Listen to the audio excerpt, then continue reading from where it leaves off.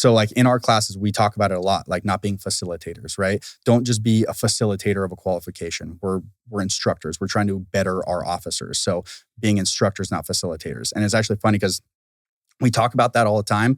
And I was sitting back kind of the way that Wayne and I teach is we try not to step on each other's toes, you know? So one of us will be in front of the line talking, the other one will be behind unless we got something to say. But I'm standing back there watching Wayne and heard him say, hey, we're be instructors, not facilitators, right? And I'm like, man, we got to coin that term. So now like that's on our bio and, you know, we made some stickers. So at the end of our instructor classes, like everyone gets a little sticker with our little instructors, not facilitators. I can totally relate to that, man. I mean, I talk about this, the terms I use are the difference between, for me, and I think we're saying the same thing, but if we're not, tell me. I look at it as like being coaches versus instructors, maybe in the space that I'm in. And I look at it as an instructor as that person that stands up. Sorry, and let me relate this to like the fitness business, which I'm obviously very familiar with. That's my wheelhouse, but I've spent a lot of time around firearms instruction. And so to me, a lot of it is very parallels itself. But the point of this being like, the instructor is the person that sits up in front on the Peloton bike with the headset on and is taking somebody through a checklist of items for the day. In this case, it's a workout, like, and probably playing the DJ thing a little bit too, which means I got to push this button at this time to make this thing happen. There really isn't any like coaching going on. Like, how could you be doing this better?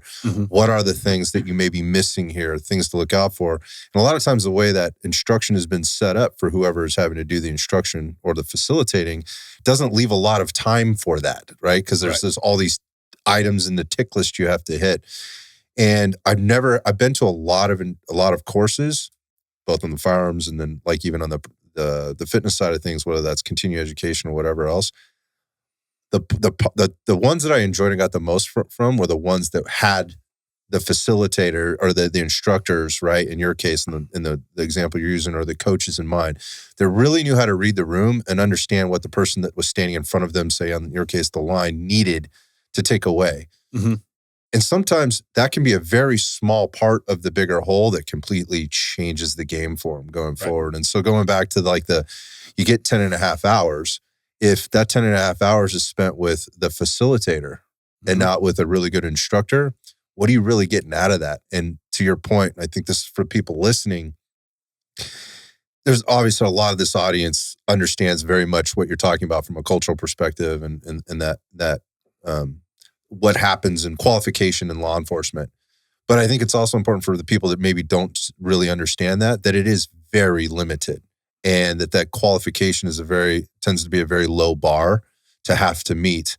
And so for guys like you, and with the way this thing has already got kicked off, I bet that was probably very frustrating to look at and watch. Yeah, absolutely it was. And it wasn't even just in-house. This was across the board, post courses, through other agencies, other third-party instructors. There was kind of just this constant set standard. And it wasn't high. It was the teach to the lowest common denominator, you know? And there is nothing that drives me crazier than that philosophy behind instructing.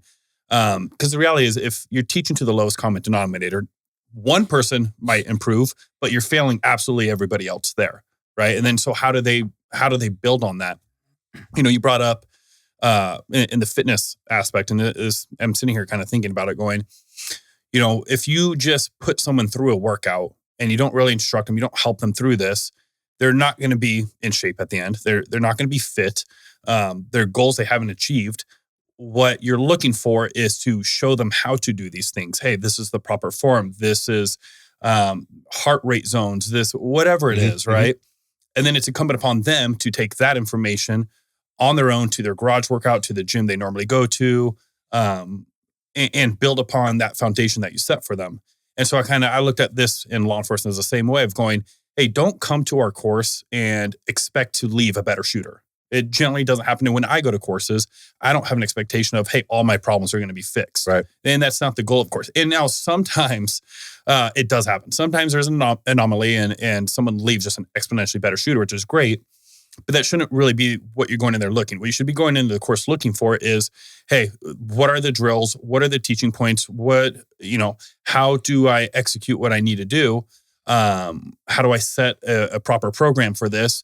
And then months and months and thousands of, rounds on range later, that's where you start to see individual growth. So we took this instructor level going, hey, we do a lot of instructor level courses because if we just do the operator ones, okay, cool. I teach you how to be a better shooter. And you leave with that information, or maybe you teach a couple of your buddies. But on the instructor level side, and this is why we do instructor courses, is I feel like our reach is much greater, right? So if we have a group of instructors coming to the department, well, then they can take the information that we gave them and disseminate that amongst their officers. Therefore, our reach went from, one instructor here. Well, now he's teaching his agency of 100 people, kind of what we gave to him. And so that's why I think it's very important to really have a, I almost want to say intimate like connections, right? Take it very seriously, go down the line and recognize exactly what your skills are, who you are, what you need to work on, instead of just being set back behind the line and we got to get through this today. Right. Mm-hmm. And just treating everyone as equal because not everyone is, Yeah. And just to be clear, we're not intimate like that with our students. I mean, unless they, I don't know. Unless they ask. Not all. Unless they pay extra. We're not afraid. Depends how long I've been traveling for.